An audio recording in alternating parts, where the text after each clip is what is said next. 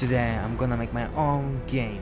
Thousands of lines of code, thousands of hours spent playing with your friend online and publish the game.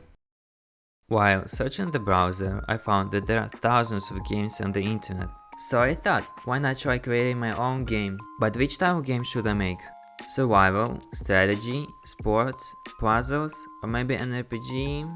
Well, what about IO games? Back in 2015, games like Mob.io and Slither.io became extremely popular. Millions of players from around the world were playing them daily. Many YouTubers make gameplay videos, which helped the games go viral and attract even more players. Also, many developers created their own IO games back then, so why can't I create mine in 2026? And you may be asking yourself, what could go wrong? HTML, CSS, JavaScript, Node.js, WebSockets, HTTP, Canvas API, Express, and many other things you need to know.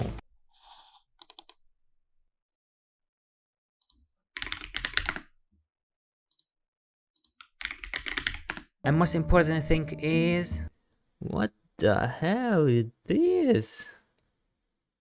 Damn, that's gonna be hard. Okay, that whole green screen is the canvas.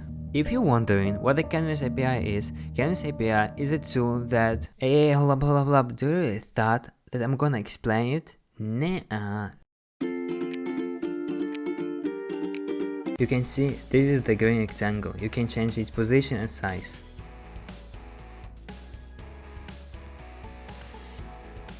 So that's the difference between first and second rectangle. Maybe you think that's simple, but in reality that definitely is not.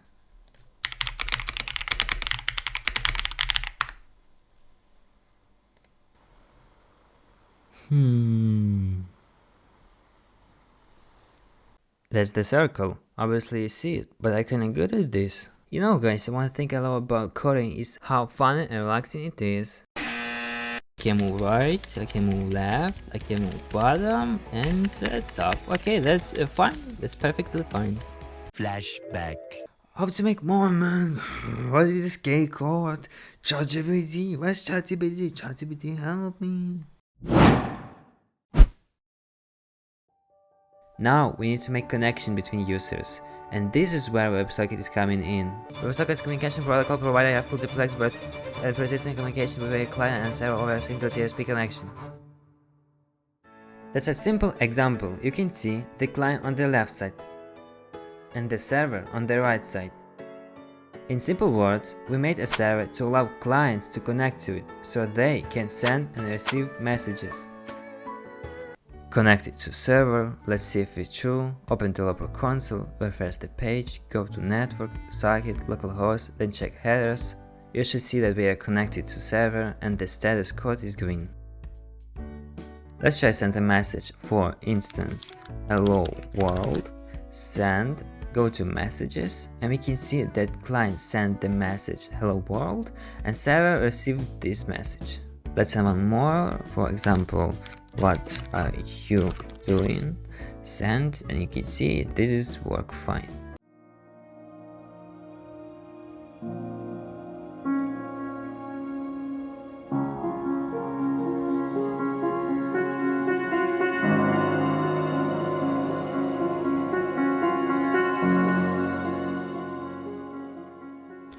Yes, we can move player, and I can see from different connection, and if we move this player, yeah, I can see also him.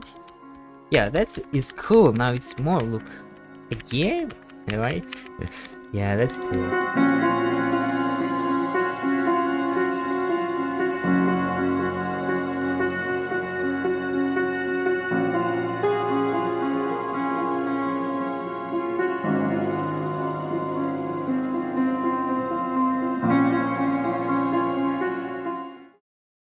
Transformation. Oh, I forgot about hands. Okay, here's our player, and this is what it's going to look like. That's a player in the game, and now I need to make rotation. The arguments to this function pass the y coordinate first, and the x coordinate second. Okay, I got that I must use methods tool for head rotation.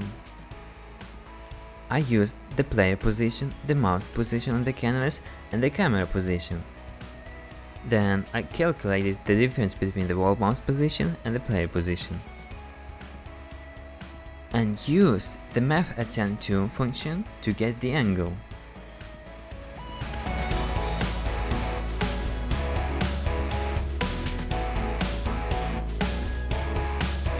That's right footprint and that's left footprint. If I'm looking to the left side, the footprint's on the left side, right? If I look on the right, yeah, it's same as the left. Funny thing, I can actually draw with these footprints and it looks kinda weird, not gonna lie.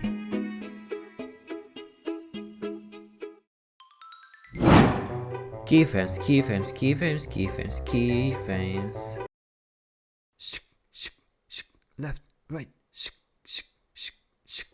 That's kinda sweet if you ignore the fact that it took 1 week. Why did it take so long? This is not hard. But this... Ooh. Guys, just look at this. Look at this, how insane it is. I wouldn't say insane, but that's kinda cool. You know, so, you know, this going this side, this side, this side. And also left hand and the head. Also made idle animation, walk animation, and body animation. Actually, it's breathing animation.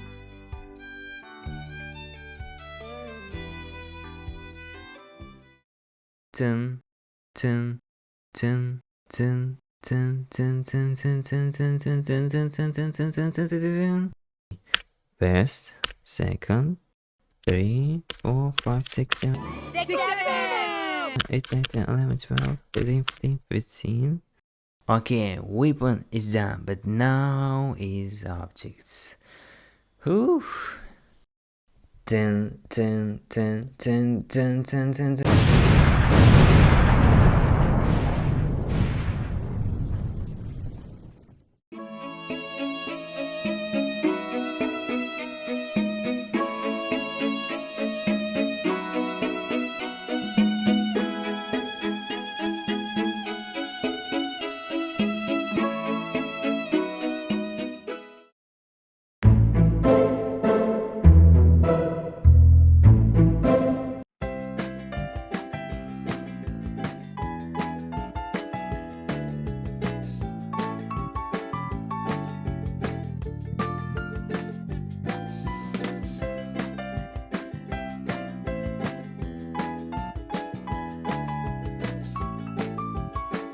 I wish it were that simple. You see, on the client side, using the default request animation frame is fine, but on the server side, you can't just run 144 frames while handling 200 players at the same time. Just imagine how large that number becomes. If 200 players each have different mechanics like hitting, movement and other actions, let's say that adds up to 500 update 6 per player. That's 100,000 updates. Now if you also count 144 frames per second, that's over 40 million updates per second. That's the reason a single PC can't handle it. So this is why many games use a lower tick rate, like 10 to 20 TPS on the server.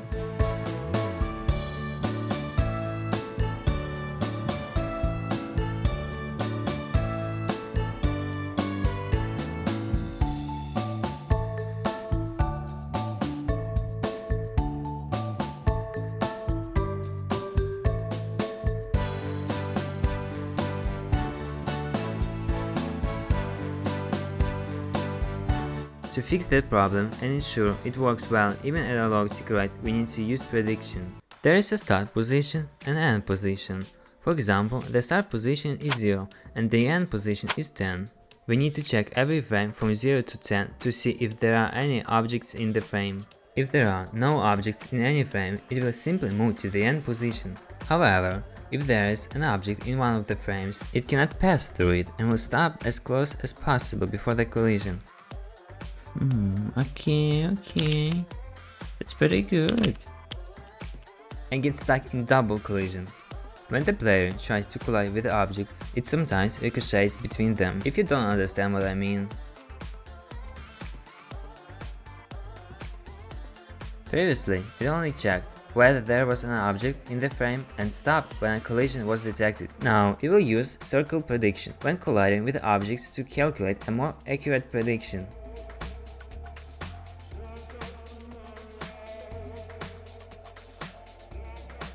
This is the hardest thing I have done in the game. You really can push players. And I'm looking at this and this is so awesome, guys. I use Q algorithm for this part, but I won't stay here long, so let's move on.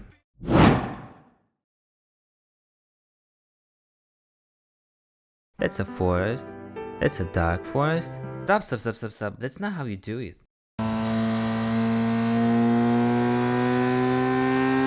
Flowers, sticks, trees, stones, dark forest biome, dark trees. You see, it's like a grass, it has different shapes. There's no transition, but why?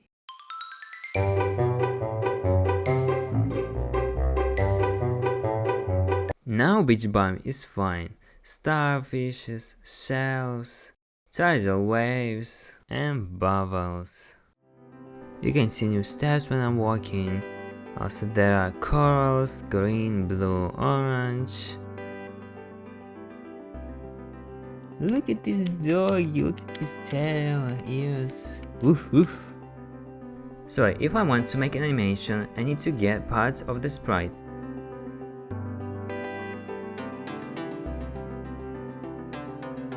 I also created additional functions to animate not just a single wolf, but other mobs as well.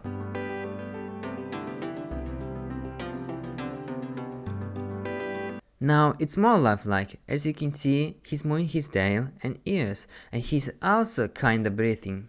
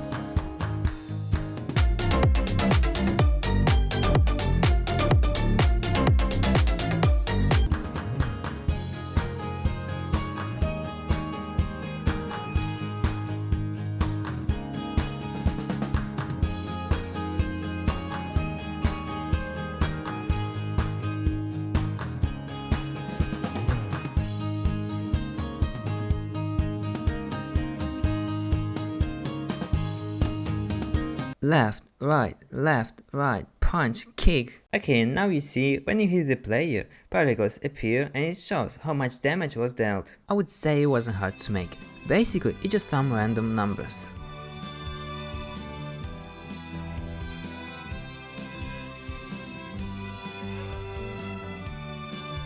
It's a gauge with an HP bar, mana bar, experience bar, power level and the player's face. When someone hits me, my HP goes down.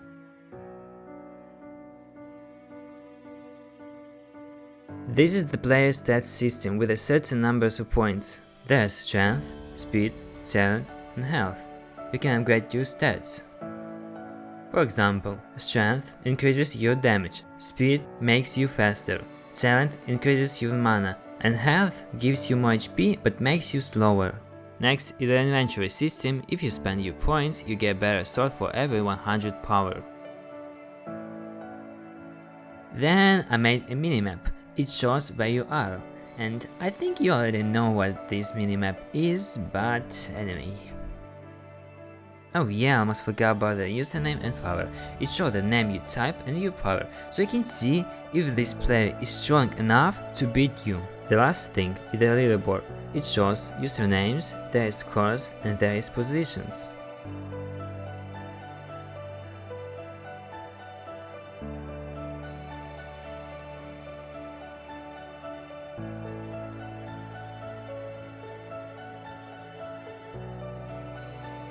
This is a big papa. Hey, look at this snail. Why is it so slow? Why am I moving so slowly?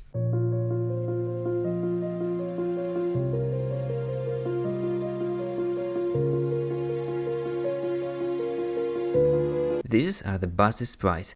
I spent like 2-3 hours drawing him, and honestly, it's just wow.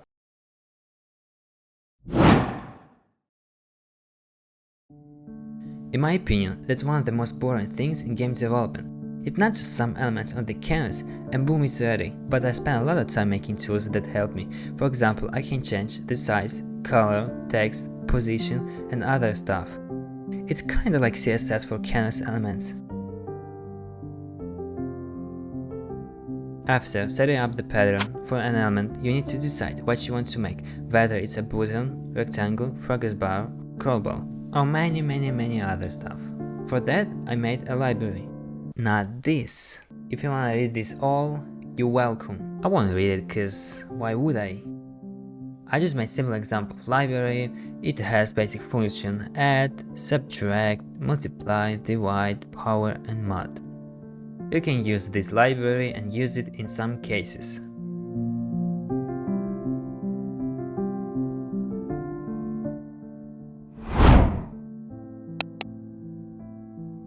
GUI controller is an important file. It's like the heart of everything on the screen. You can control any element.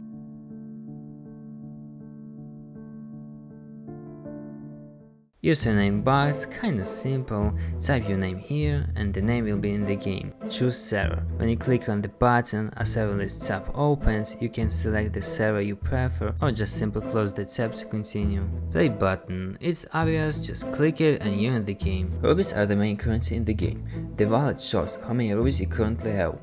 Enter your email, username and password. Then click the register button. After that, you'll be logged in. Then you can see the experience progress bar. Simple, understandable, and adorable.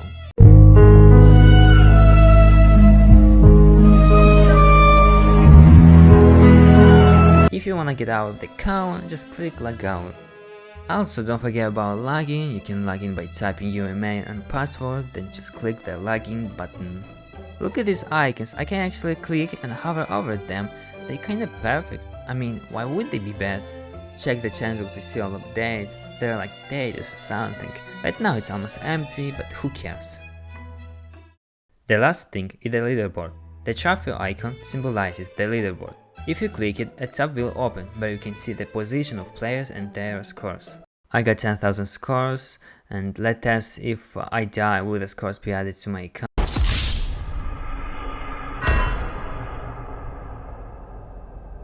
And yes, I got 10,000. If I open the leaderboard, okay, it says 11,000, not 10k, because it rounds up, so yeah.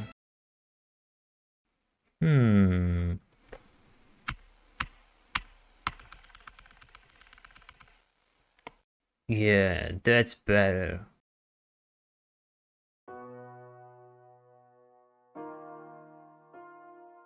I'll show a simple example. But first, I wanna ask you a question. Is console log hello world easy to read? Yes, and that's a problem for multiplayer games. Let me show you why. Open developer console, the file index.js is our source code, and you can actually override it. But how? First right click on the file and select override content. It should show a purple circle. In some browsers it may be a different color. Once you're done, you can override it. Then press Ctrl+A to select everything and Ctrl+S to save it. After that, refresh the page and you will see hello override, which means it worked. If I replace it with that piece of code, what will the output be?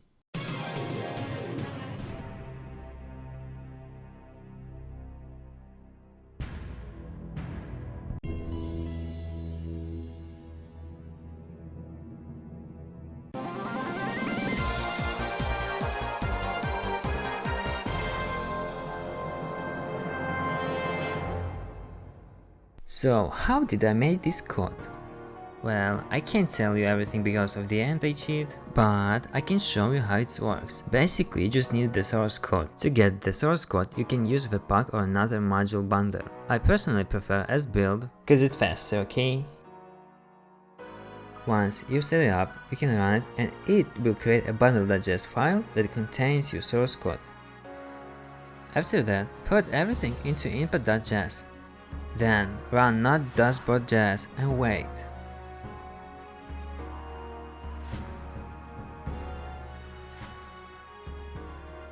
And there you go. Now it's hard to read and doesn't use much FPS or memory. It's been a long journey, about 5 to 6 months, and I still can't believe I did everything on my own. The drawing, the ideas, the coding. It's kinda crazy when I think about it. Going through the entire process from scratch taught me so much. While developing this game, I discovered a lot of things I never knew before. Looking back at how far I've come, it all feels pretty incredible actually. You can actually play the game if you go to orgs.io, but it's still pretty raw and doesn't have much content yet. And lastly, I hope you'll subscribe to my channel, and I'll see you later. Sounds kinda interesting.